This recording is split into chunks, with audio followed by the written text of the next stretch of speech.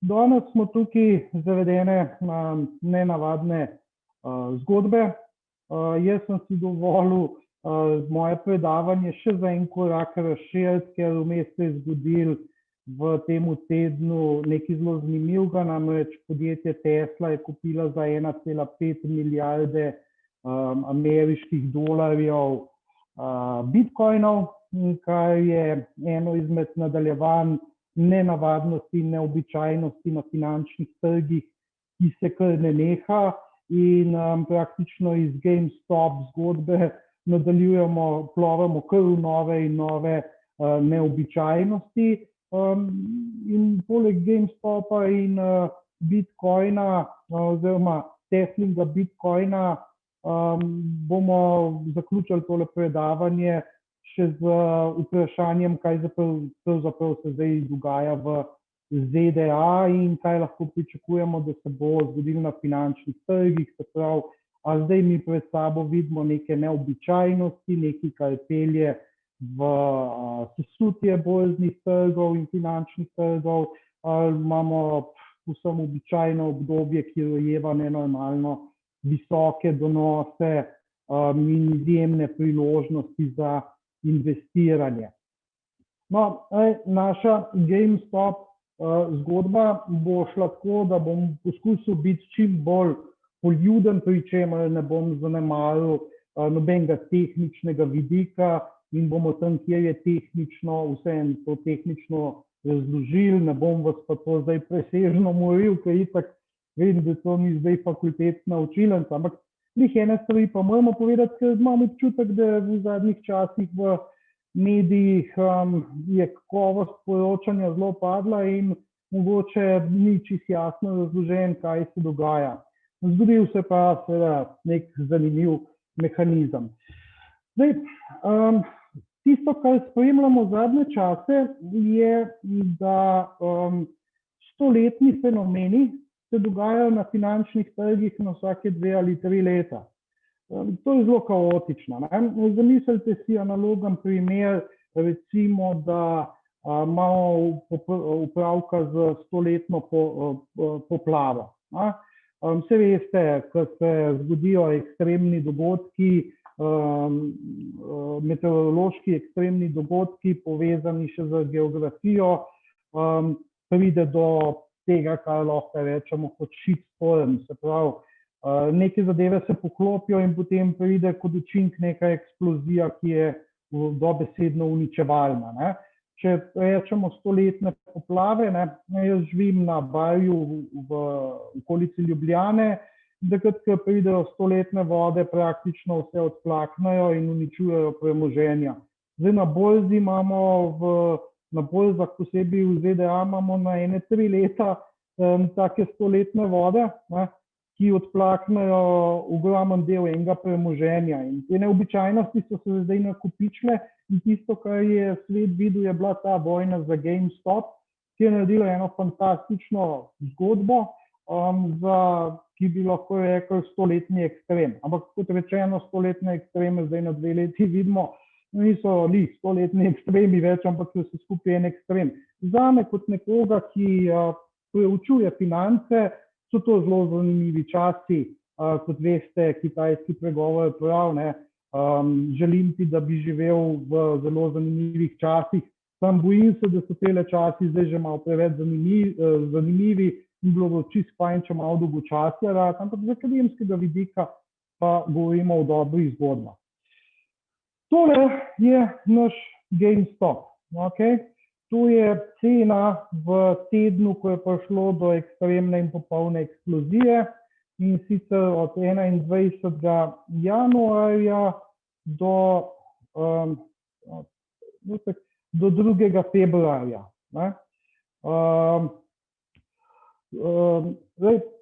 V enem mesecu je cena te delnice narasla iz $17,25 na $483.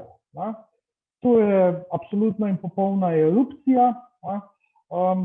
Posebej nenavadno je bilo to, ker vemo, da se je trgovalo s podjetjem, za katerega ni bilo čisto jasen, ali bo to podjetje normalno delovalo ali bo propadlo.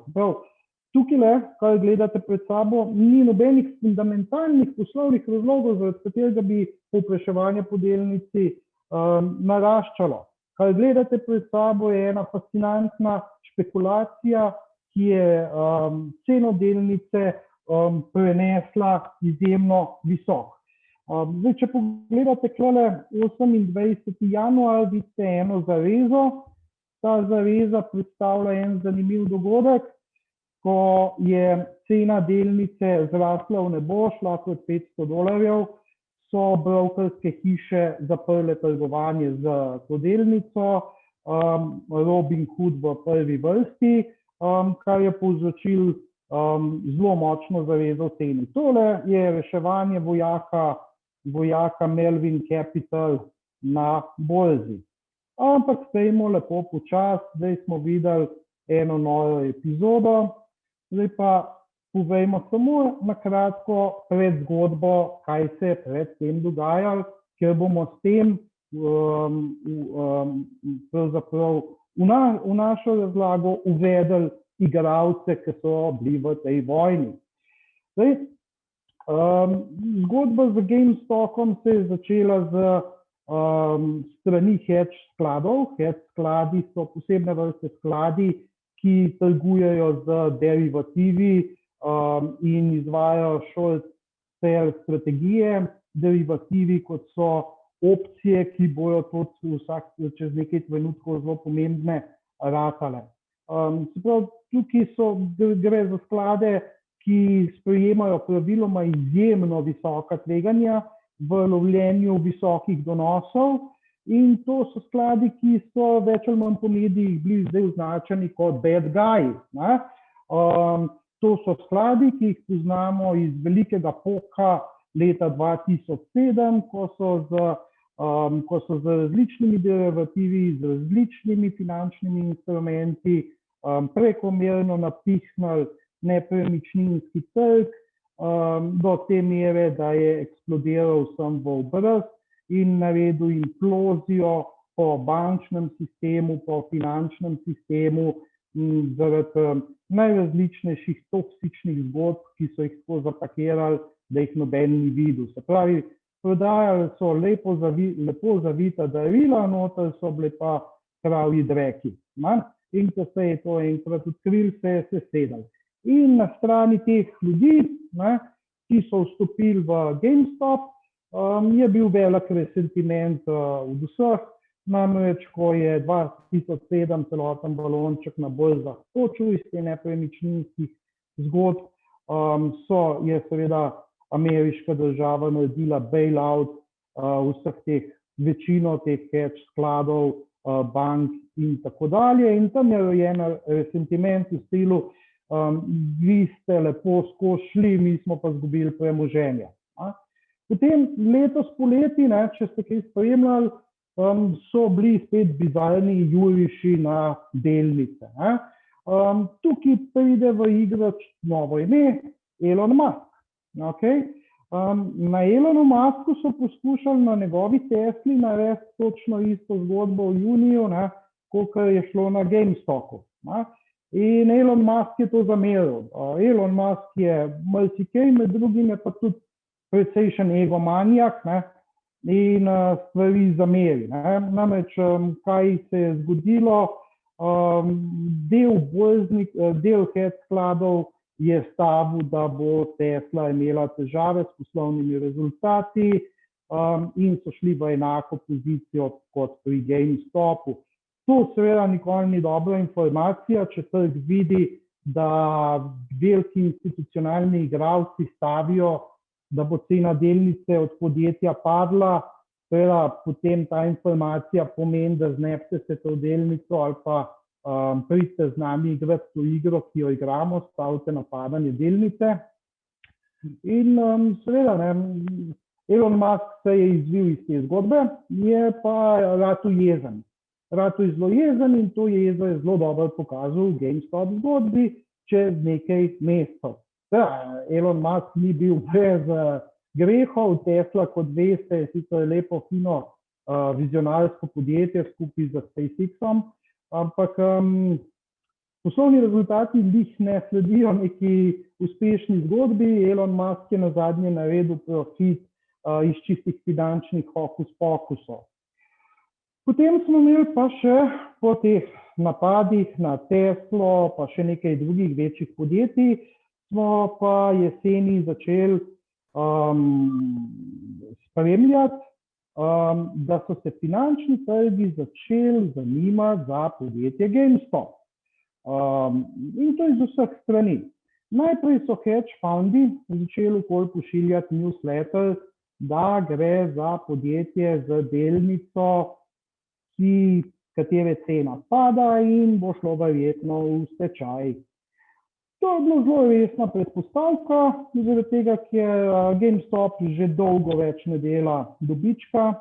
GameStop se mu stalno manjšajo prihodki, GameStop ima zelo slabo poslovno idejo in sicer v časih, ko je prodaja preko interneta zelo dobra, so oni vztrajali pri ideji, da izvedejo fizično prodajo rabljenih računalniških iger v poslovnih prostorih, se pravi, da cop, dokaj morate jeti, kupiti igralco, jeti nazaj domov, ni to zgodba, da ste 2 klika stran od nakupa te igralce. In hedge skladi so začeli predvidevati, tole bo šlo dol, tole bo šlo v stečaj. Ampak to ni bila cela zgodba. Celo zgodbo so začeli opazovati tudi mali investitorji. Mali investitorji so pa videli nekaj, kar ta veliki niso hoteli videti. Ker, veste, ko vam enkrat veliki investitorji ala hedge skladi pošiljajo svoj newsletter za analizo, v kateri pravijo, da tole podjetje bo šlo pa v 3 krasne, na njemu bomo naredili short sell, je vedno vprašanje, fantje, se pravi, vi ste že v poziciji short sell, zdaj pa še nagovarjate splošno publiko, da se vam pridružimo, da bo to še močnejši učinek. No, na drugi strani, kot rečeno, so mali investitorji. Mali investitorji niso neki idealizirani borci za demokratizacijo trgov, za raj na Wall Streetu, ampak so zelo dobro izurjeni finančniki z dolgoletnimi izkušnjami z finančnimi trgi in znajo delati prave pozicije. In oni so pa videli neko drugo zgodbo. Oni so pa videli sledeče. Septembra 2020 sta prišla v GameStop 2 nova investitorja. En je Ryan Cohen, ta se je pridružil tudi upravnemu odboru podjetja. Ryan Cohen je znan po temu, da je že par podjetij spravil na internetno distribucijo. Se pravi, da jih je spravil iz klasične fizične distribucije na internet, to, kar GameStopu manjka. Potem se je še pojavil en zelo izkušen, zelo dober analitik Michael Burry, ki je kupil 3,3% GameStop. Druge dobre novice so bile, da GameStop je začel nižati svoje stroške zelo učinkovito. Napovedali so, da grejo v distribucijo preko interneta, obetali so si tudi dodatne posle iz igralnih konzol, ki naj bi še prišle na trg in bojo pripravljeni na njih za internetno distribucijo. Njihovi prihodki ob koncu leta niso tako padali, kot je bilo zamišljeno. In začel se je ustvarjati dvom, ali bo delnica res šla proti ničli in podjetje proti stečaju. Ali imajo hedge fundi pravo idejo o tem, kaj se bo zgodilo, ali je to samo neka njihova spet nova histerična zgodba, kako zvleči čim več denarja za pozicijo short sell. Se pravi, mi imamo že nekje jeseni lansko leto te premisleke. Na eni strani se formira fronta hedge fundov, na drugi strani se formira fronta malih investitorjev. Kaj se s samim podjetjem dogaja in kaj se bo zgodilo, nihče ne ve, ampak novice so ravno tako dobre, kakor so slabe. Potem se pa začnejo strategije. Moramo opisati, kako so te vojske igrali in kako se je pojavila še ena nevidna vojska brokerjev vmes. Zdaj, imate dve vrste investitorjev. Kaj veste, cena delnice gre gor, cena delnice gre dol. Zdaj, če sem jaz investitor v delnico, mene zanima, da bi danes rad poceni kupil, pa jutri drago prodal, nobene posebne filozofije. In naredil nek kapitalski dobiček, ki ga potem pretvorim v potrošnjo ali pa varčevanje. Na drugi strani imamo pa short sellerje. Short sellerji pa profitirajo takrat, ko cena delnice pada. Zdaj vem, ta del ste najbolj slišali, kako short sell poteka, ker zdaj moramo opisati, kako so te generali iz hedge skladov naredili svojo strategijo, ampak dajmo poskusiti še enkrat danes to opisati z enostavnimi besedami, pa z kompletno zgodbo, kako mehanizem teče. Zdaj, short sell deluje tako, da si jaz sposodim delnico, ki trenutno recimo kotira pri ceni 100 evrov. To delnico takoj prodam, dam 100 evrov v žep, potem pa sem dogovorjen, da izposojeno delnico vrnem čez 5 mesecev. Zdaj, čez 5 mesecev je cena delnice 20 evrov, jaz jo moram pa vrniti. Vzamem teh mojih 100 evrov iz žepa, od teh 100 evrov vzamem 20, kupam delnico, 80 nazaj v žep vrnem, dobim delnico, vrnem delnico, hkrati imam pa $80 v žepu. In bolj, ko cena pada, ceneje jo bom kupil takrat, ko jo bom mogel vrniti in razlika, to je moj dobiček, bo vse večji. Ampak to je samo del zgodbe. Ta strategija seveda implicira, da moram kupiti delnico, katere cena bo padla, torej delnico podjetja, ki je v težavah in ki bo imelo slabe rezultate. GameStop idealen je zgled za to zgodbo. Ampak ta zgodba z short sellom je strašno nevarna in v tako zgodbo hodijo res tisti, ki imajo nenormalno radi tveganje. Recimo, da jaz kupam delnico za 10 evrov, podjetje propade, izgubil sem 10 evrov. Kaj pa tisti, ki dela short sell? Lahko, da cena ne bo šla dol, ni nujno, da bo poceni kupil pa pol vrnil. Lahko gre cena navzgor, lahko cena preseže vse meje. Kaj, če tisto delnico, ki sem si jo sposodil za 100 evrov, pa jo zdaj moram vrniti, karikirano povedan, moram kupiti zato, da jo vrnem za 1 milijardo evrov. Se pravi, moja izguba je lahko teoretično neskončna.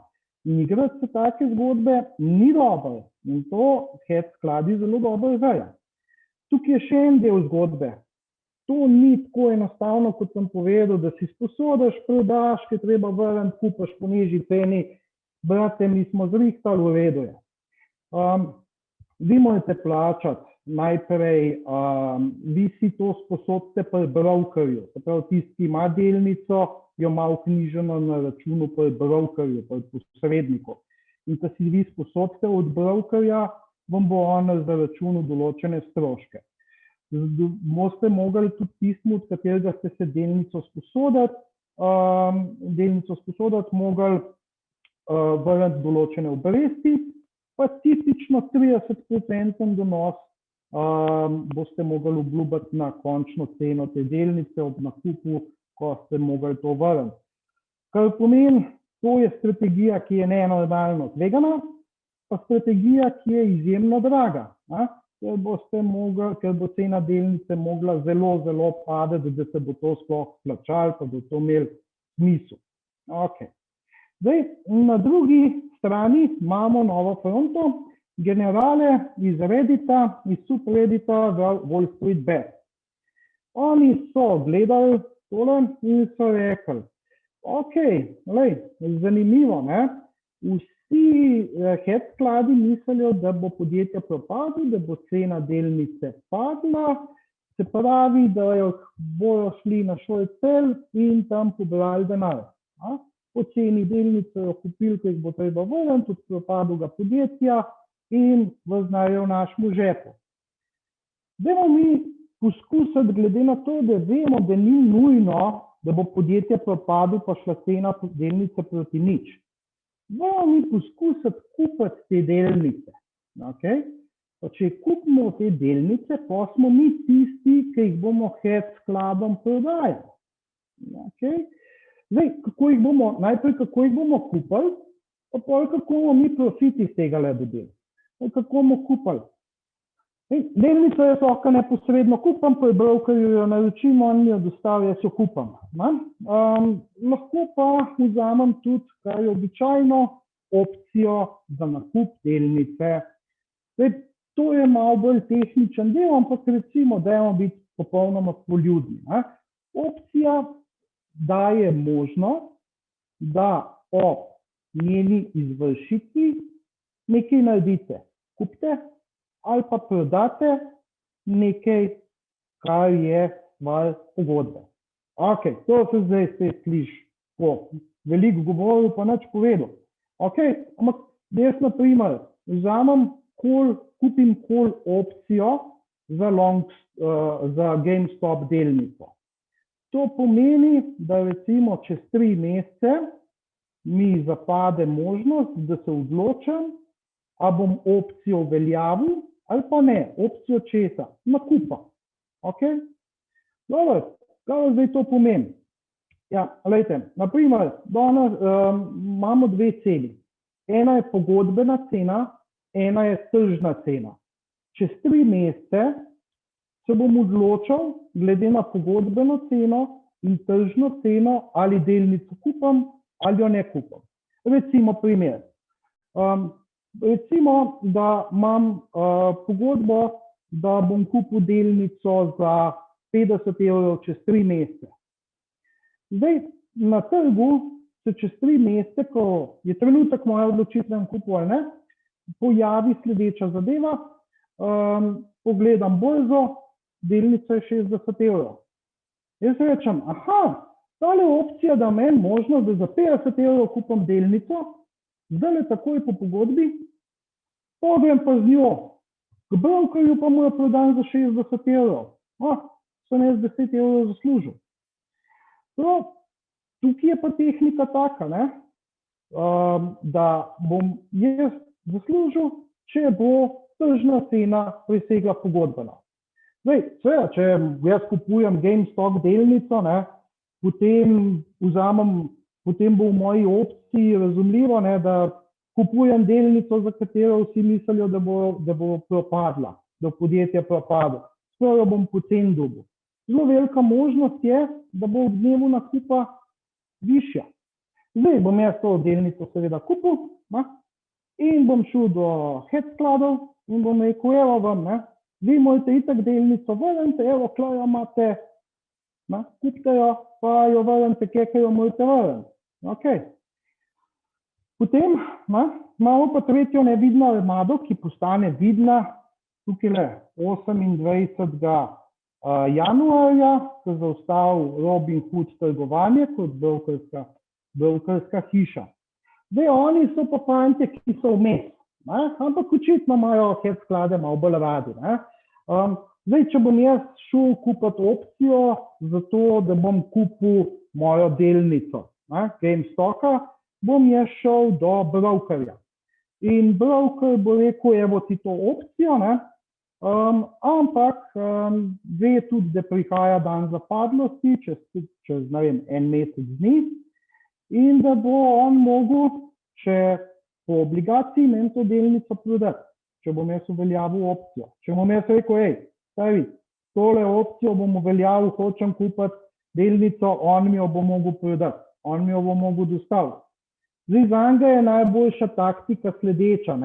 Bom jaz že zdaj kupil malo delnic, zato da če se cena poveča, takrat, ko bo Pezdir hotel, da mu jaz to prodam, ne, pa bo to predraga, pa v mene predrago pa šlo. Sej ta GameStop je zdaj propadel, itak je nizka cena, ajde, gremo to kupiti. Zdaj se pa začne dogajati problem. Kaj naenkrat, neodvisno povpraševanje po GameStop delnici. Ko povpraševanje preseže ponudbo, cena začne rasti. Ko naenkrat se eni modeli pojavijo, ki govorijo, daj mi delnico GameStopa, daj mi delnico GameStopa. Prodajalci rečejo, ok, evo, vam prodajo. Pa vam prodajo za $6. Pa pride še več folka, pa reče, da jaz bi tudi kupil. Reče, ajde, kup po $7, kupimo po $7. Kupimo po $50, kupimo po 100. Cena začne naraščati. Naenkrat brokerji začnejo ratati živčni, vidijo, tole ne bo dobro, bolj, da imam jaz v svoji lasti ene delnice, ker bojo vsi teli retailerji, mali investitorji začeli kupovati opcije, pa uveljavljati, da hočejo imeti to delnico, cena narašča, to bo ful strošek za nas. In začnejo brokerji kupovati delnice, zato da se zavarujejo, da ima ostale pri njih. In ko brokerji začnejo kupovati delnice, cena delnice še bolj narašča. Zdaj, cena delnice je iz treh koncev začela naraščati. Neodvisni majhni kupci, opcij za nakup delnice GameStopa. Brokerji, da se zavarujejo, ker vidijo, da cena narašča in da jih bo to potopil. Da naenkrat hedge skladi ratajo živčni.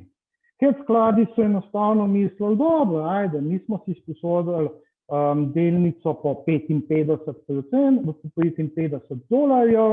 zdaj je $6, lejte, za 6 jo bom jaz vrnil, 55 minus 6 plus uni stroški, to je v mojem žepu. Ampak cena je kar naenkrat 7, 20, 30, 50, hedge skladi ratajo živčni. Ugotovijo, da ta cena bo odletela v nebo in da ne bojo oni za $1 ali pa $6 kupovali delnice, zato da jih pol vračajo, ampak to je lahko $100, to je lahko $200. Pogledajo februarja, veste, kaj se dogaja 26. februar. To je predrago, mi bomo na koncu plačali nenormalno drage delnice podjetja, ki smo napovedali, da gre v stečaj. In začnejo oni delnice kupovati. Ker rečejo, bož, da jih jaz kupam pa 100, pa jih pol vrnem, pa odpišem izgubo, koliko pa da v tistem trenutku, ko moram vrniti delnica €500. Pa pol grem v bankrot. In to se že vidi, ko začnejo hedge fundi spuščati kri. Recimo Melvin Capital, se mu borzna vrednost se mu zmanjša, tržna kapitalizacija iz 12,5 milijard na 8,3 milijarde v manj kot mesecu dni. Vse skupaj, kar naenkrat se vidi, požira 20 milijard.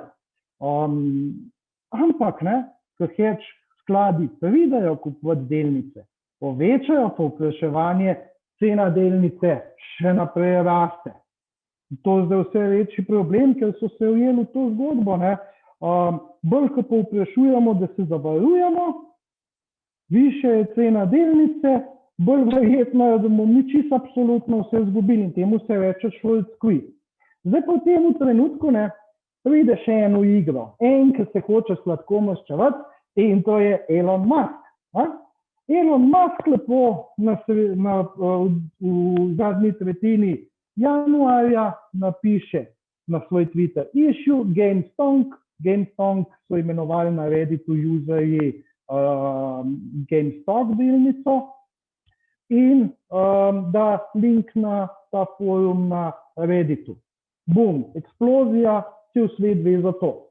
Elon Musk se tam fino smeje in cela zgodba se odvija tako, da seveda hedge skladi enostavno zadevo začnejo izgubljati.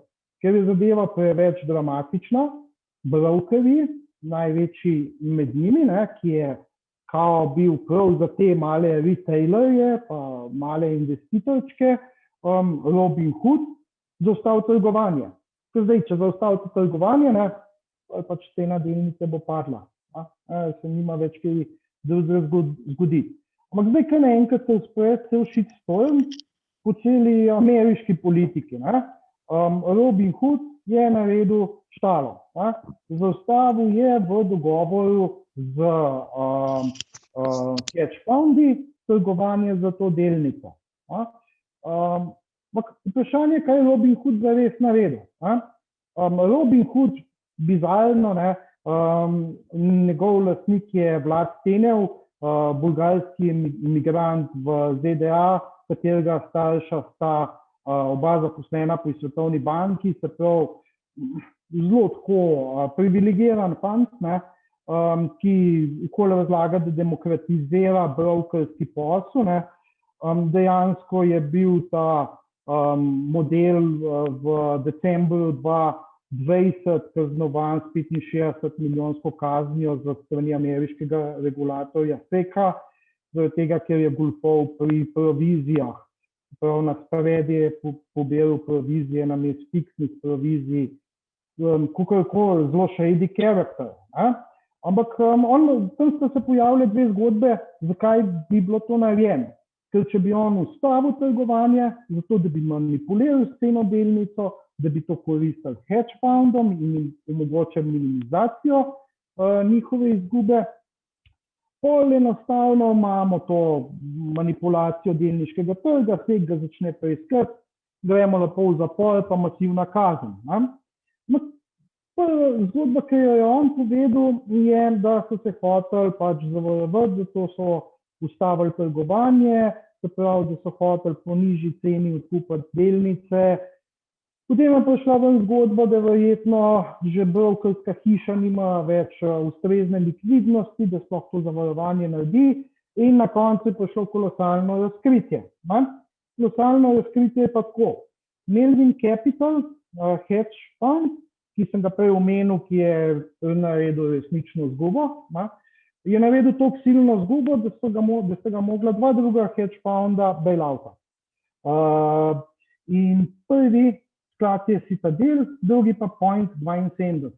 Point 72 še ni priznal, da je to počel, da so dali v Melvin cash, zato da izgube ne bi bile prehude. Citadel pa je to priznal, ampak glej ga vraga, Citadel je pa eden večjih odjemalcev storitev od Robina Hooda. Zgodba se tukaj začne zapletati in tukaj se dokončno izkaže, da Robin Hood pa hedge skladi so verjetno ista fronta proti retailerjem.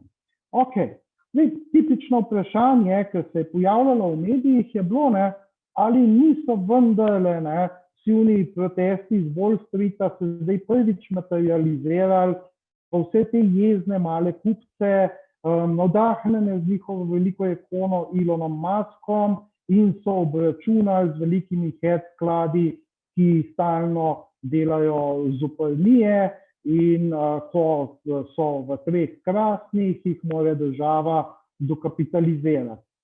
Zgodba je bolj enostavna, veste. Tukaj ni junakov, tukaj ni navdahnjencev, nihče se ne bori za demokratizacijo finančnega sistema, vsi samo igrajo strategije. Hedge sklad je igral zelo nevarno strategijo, mali investitorji zelo dobro poučeni so skapirali, da se lahko hedge skladu zatakne in so se usedali nanj in scuzali njegovo napako do amena. To se dogaja redno na borzi, ne tako kolosalno, kot se je zdaj zgodilo, ampak se dogaja redno. Tukaj ni good guys, bad guys. Dragi moji, drago poslušalstvo, mi govorimo o finančnih trgih. Tukaj je denar. To je vse. Ne bodite preveč navdušeni nad tem, kar ste videli. Moj pomislek, zakaj ne smem biti navdušeni zaradi tega. V GameStopu so še vedno eni ljudje zaposleni, hodijo vsak dan v službo, prejemajo svojo plačo, tržijo svoje proizvode, pa gledajo okoli sebe po medijih, kakšno sranje se dogaja z njihovo delnico, pa to nima nič veze. Mi razumemo, da borze dajo špekulativen dobiček in to je dobro, ker se naša varčevanja lahko plemenitijo, ampak v zgodbi pri GameStopu smo pa pozabili očitno še na eno funkcijo, finančnih trgov, in sicer, da je to vir kapitala, s katerim podjetje financira svoje investicije. Okay? In to je tisto, kar je mogoče v tem trenutku spet toliko zastrašujoče, kot je bilo v leta 2007, ko so bili nepremičninski balončki tako visoki in cene tega nepremičninskega obvezniškega portfelja tako visoke, da bi lahko kupil z njimi Novo Zelandijo. Celo vse skupaj z ekipo, ki je snemala takrat Lord of the Rings. Zdaj pa naprej se zgodba nadaljuje. Tole je pa ta druga štala, ki se dogaja. Tole je pa cena Bitcoina. Zdaj, kjerokoli kriptovaluto bi dodal, približno enako zgodbo bi videli. Kaj se je zgodilo? Ko se je GameStop zaustavil, ko so ljudje mali delničarji skapitalizirali svoje dobičke, se je vse skupaj ulil v Bitcoin. Bitcoin je bil že prej v zelo očitnem balončku in Bitcoin je zdaj še v večjem balončku. Še največji balonček se je začel delati zdaj, ko je Elon Musk rekel, da bo njegova Tesla kupila za 1,5 milijarde Bitcoinov. Se pravi, da bojo podjetje Tesla ima približno 15 milijard tako imenovanega cash in handa.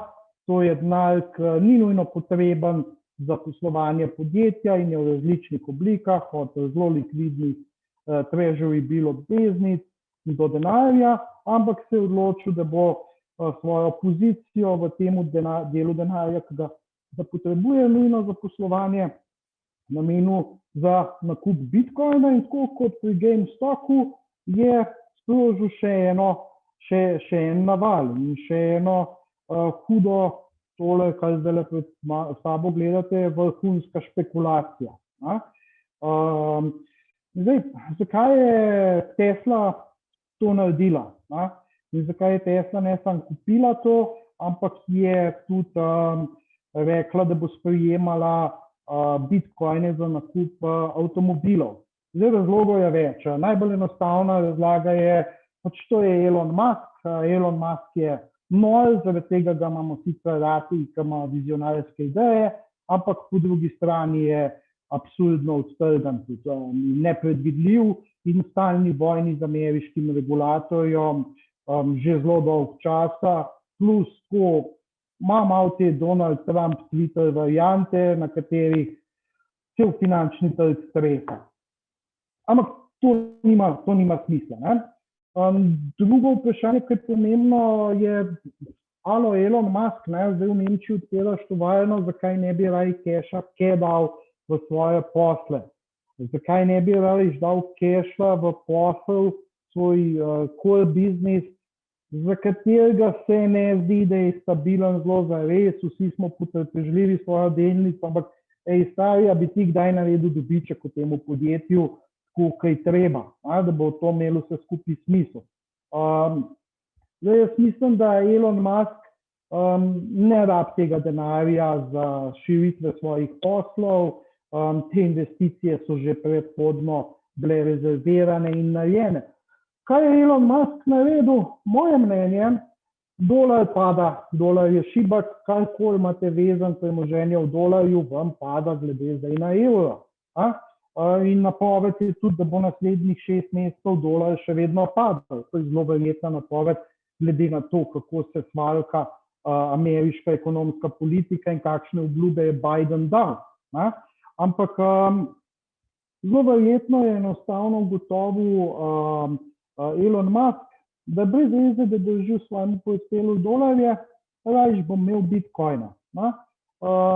In on bo od Bitcoina sigurno dobil več kot od dolarja, ki je vse bolj šibek. Potem je še druga zadeva s tem povezana, vse več podjetij iz S&P 500, se pravi najjačji borzni indeks v ZDA, razmišlja o tem, da bi svojo pozicijo v Bitcoinih naredili. To vse skupaj kaže na eno veliko nezaupanje, če mene vprašate, investitorjev do ameriškega bančnega sistema. Enostavno ne verjamejo, da bodo svojo vrednost obdržali v dolarjih ali pa v delnicah, ki so nominirane v dolarjih. Nedavna inflacija okoli 2% je rekordno visoka za ZDA. Kaj pomeni inflacija 2%? Če zelo poenostavim, 2% imate popolnoma neuporabenega denarja. Pač z njim ne morete nič narediti. Tukaj je eno vprašanje, ki zadeva ameriško politiko. Kam plovajo torej ameriški finančni trgi? Tole je krivulja donosnosti za ZDA. Zakaj je krivulja donosnosti? Prikazuje na ordinati, kakšne so donosnosti, na abscisi pa ročnosti posameznih obveznic. Recimo enomesečna obveznica, treasury bill, ima zahtevan donos nekje okoli 0,10%. Zdaj, dlje, ko greste v prihodnost, večja je negotovost, kar pomeni večji zahtevani donosi bojo. Glejte, če vam jaz posodim €1, pa mi ga vi vrnete čez 15 minut, ko morate parkirnino plačati, sam lih zdaj ste denarnico v avtu pozabili, vam bom dal ta €1 v posojo tako, brez kakršnih koli zahtevanih donosov, ker razumem, kaj prihodnost prinaša, vi boste vrgli denar v parkomat, šli po denarnico, pa mi ta €1 dali, nimam tveganja. Če mi boste pa rekli, da boste €1 vrnili čez 45 let, sem rekel, dobro, če si toliko freh, da mi boš €1 45 let vračal, pa mi daj pa zahtevam donos, pa na ta €, mi daj še 10 € gor. In to je logično, ker jaz tudi ne vem kva, on bo itak pozabil po enem tednu, jaz tega nam videl. To je normalna krivulja donosnosti. Nizki donosi pri nizkih ročnostih, visoki donosi pri daljših ročnostih. In presenetljivo, tukaj se nič ne dogaja. Kajti, če bi se obetala kriza, potem bi videli padajočo krivuljo donosnosti. Se pravi, na kratek rok bi vam posojali zelo drag denar, ker ne bi verjeli, da boste lahko vrnili. Po krivulji donosnosti to zelo lepo deluje, vidite celo, da je padla, to je od februarja 2020 na januar 2019, so se ročnosti vse znižale in lani je to bolj grozno izgledalo. Zakaj lani bolj grozno izgledalo? Ni nihče vedel, kaj bo COVID prinesel. Potem pa je najprej Trump, potem pa zdaj za njim še Biden, so obljubili ogromne pakete obveznic in financiranja ameriške ekonomije in to je spravilo krivuljo donosa na obliko, ki jo vidite. Ampak, kaj zdaj se ta ameriška politika kaže? Glejte tole. Tole je pa en zelo zanimiv kazalec, to je stopna, to je rast denarnega agregata M2. Se pravi, poljubno povedan, kako se povečuje količina denarja v obtoku. In vidite, da v letu 2020, čez celo leto, so imeli ekstremno rast. Se pravi, gre samo za pumpanje denarja v obtok.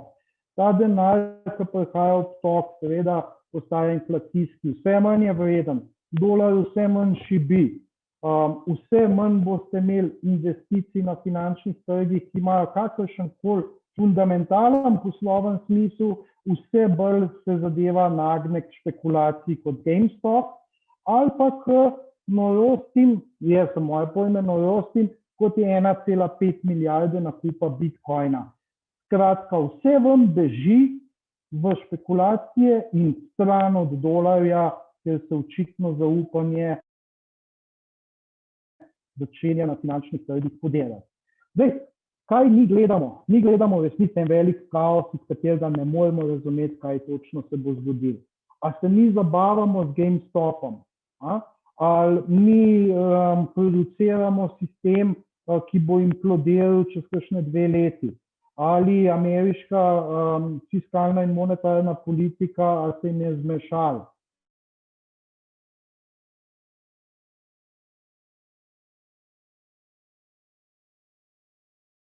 Inflacije v ZDA, tako kot pravijo v ameriški centralni banki, ali bi nas mogli skrbeti, ker vsi nekam bežijo in to je stran od dolarja. To so odgovori, na katere ne bomo imeli vprašanja. Vemo pa, kaj po današnjem